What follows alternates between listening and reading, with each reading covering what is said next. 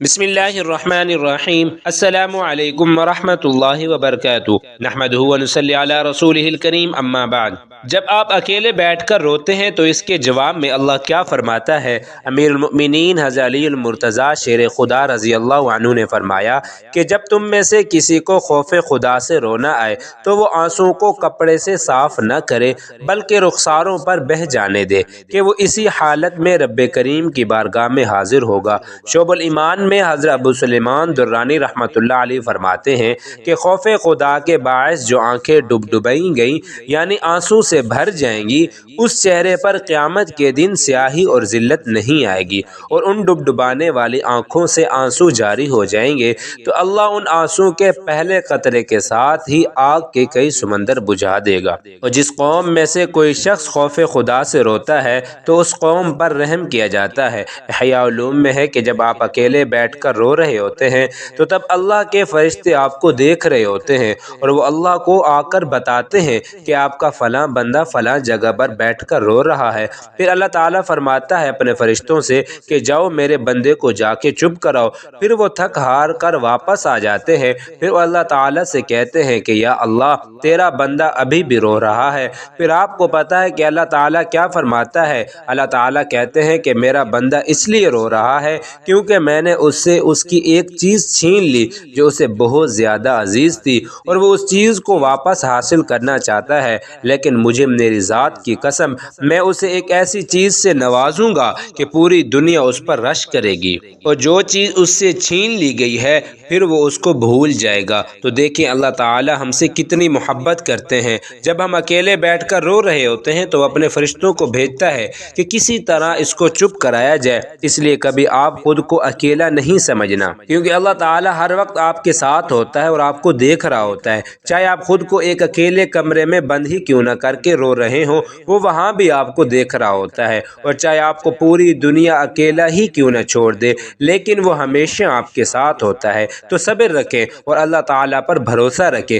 ایک دن تمہیں تمہارے صبر کا صلہ دے دیا جائے گا اور تمہیں تمہاری چاہت سے نواز دیا جائے گا۔ وہ نصیب لکھنے والی ذات جو دلوں میں خواہش ڈالتی ہے ان خواہش کو پورا کرنے پر بھی قادر ہے۔ میں نہیں جانتا کہ آپ کا دل کتنی تکلیف میں مبتلا ہے، لیکن میں نے حضرت یعقوب علیہ السلام سے سیکھا ہے کہ ایسی تکلیفیں اور مشکلات ہوتی ہیں جن کو انسان سمجھ نہیں سکتے اور نہ ہی وہ آپ کے دل کو سکون پہنچا سکتے ہیں۔ دلوں کا سکون تو فقط دل بنانے والے کے پاس ہے، وہ آپ کو تکلیفوں و مشکلات سے نکال سکتا ہے۔ اللہ سے اچھا گمان رکھو کیونکہ وہ تمہیں تمہاری طاقت سے زیادہ کبھی نہیں آزمائے گا اور تم ان منزلوں پر خوش ہو جاؤ گے جو اللہ نے تمہارے لیے چنی ہیں۔ پھر وہ تمہیں ان منزلوں تک خود ہی لے جائے گا جن تک تم پہنچنا چاہتے ہو۔ تمہارا یقین اور تمہاری دعائیں ہی تمہارا مقدر ہوتی ہیں اور ایک دن تم اپنی دعاؤں سے سب حاصل کر لو گے۔ بس صبر کرو اور بہترین وقت کا انتظار کرو جو اللہ نے تمہارے لیے مقرر کی ہے۔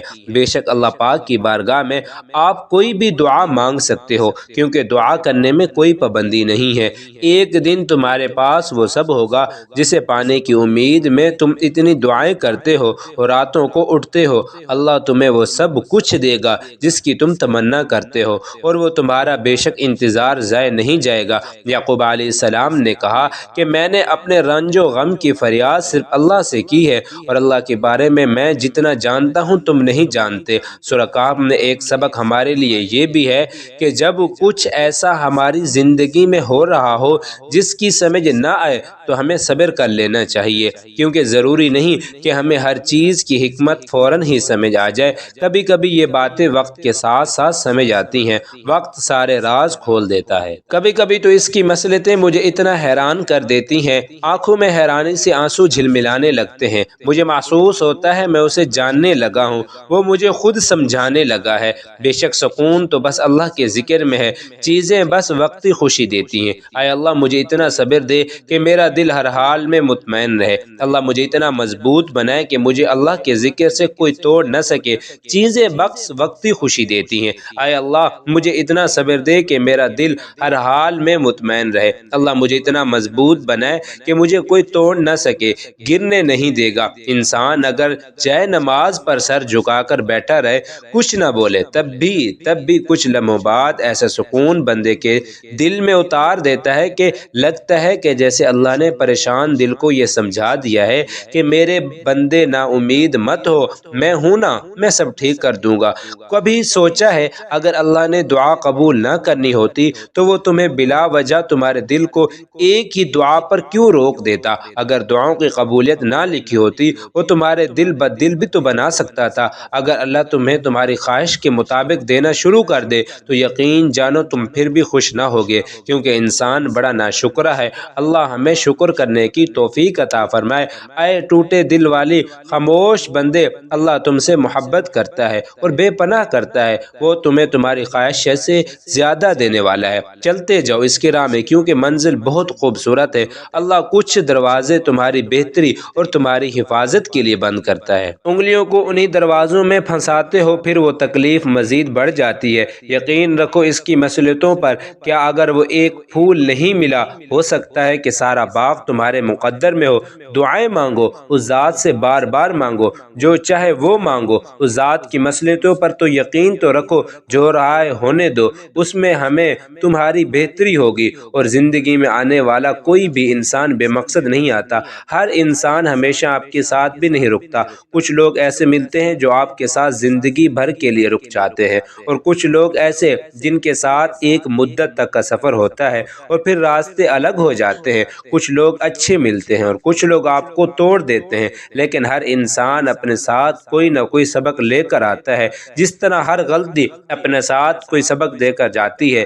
لوگ آتے ہیں جاتے ہیں، یہ سلسلہ ہے، تو جب کوئی زندگی میں ایسا آئے جو آپ کے ساتھ ہمیشہ کے لیے دور ہو جائے تو اللہ کا شکر ادا کریں، اور جب کوئی ساتھ چھوڑ دے تو جو سبق وہ آپ کو پڑھا کر گیا ہے بس اس سبق کو یاد رکھیں، تاکہ زندگی میں دوبارہ آپ سے وہ غلطی نہ ہو جو آپ اس کے آنے پر کر بیٹھے تھے، تاکہ آپ دوبارہ اس طرح سے نہ توڑے جائیں جسے کہ پہلے توڑے گئے تھے۔ اگر اللہ نے تمہاری زندگی میں اس شخص کو نکال دیا ہے جس کے بنا تم اپنی زندگی سوچ بھی نہیں سکتے تھے، تب تو تم اپنے آپ کو اس شخص کے لیے تیار کر لو جو تمہارے سارے غم بھلا دے گا، کیونکہ ہماری پسند ہمیں تکلیف دے سکتی ہے لیکن اللہ کی پسند بس خوشیاں لے کر آتی ہے۔ آزمائش آئی ہے تو صبر بھی آ جائے گا۔ تو فکر کرتے ہو، بس اللہ پر یقین رکھو اور اپنی دعاؤں کی قبولیت پر یقین اور مضبوط کر لو۔ اللہ پاک سے دعا ہے کہ اللہ پاک ہمیں صبر عطا کرنے کی توفیق عطا فرمائے۔ آمین ثم آمین۔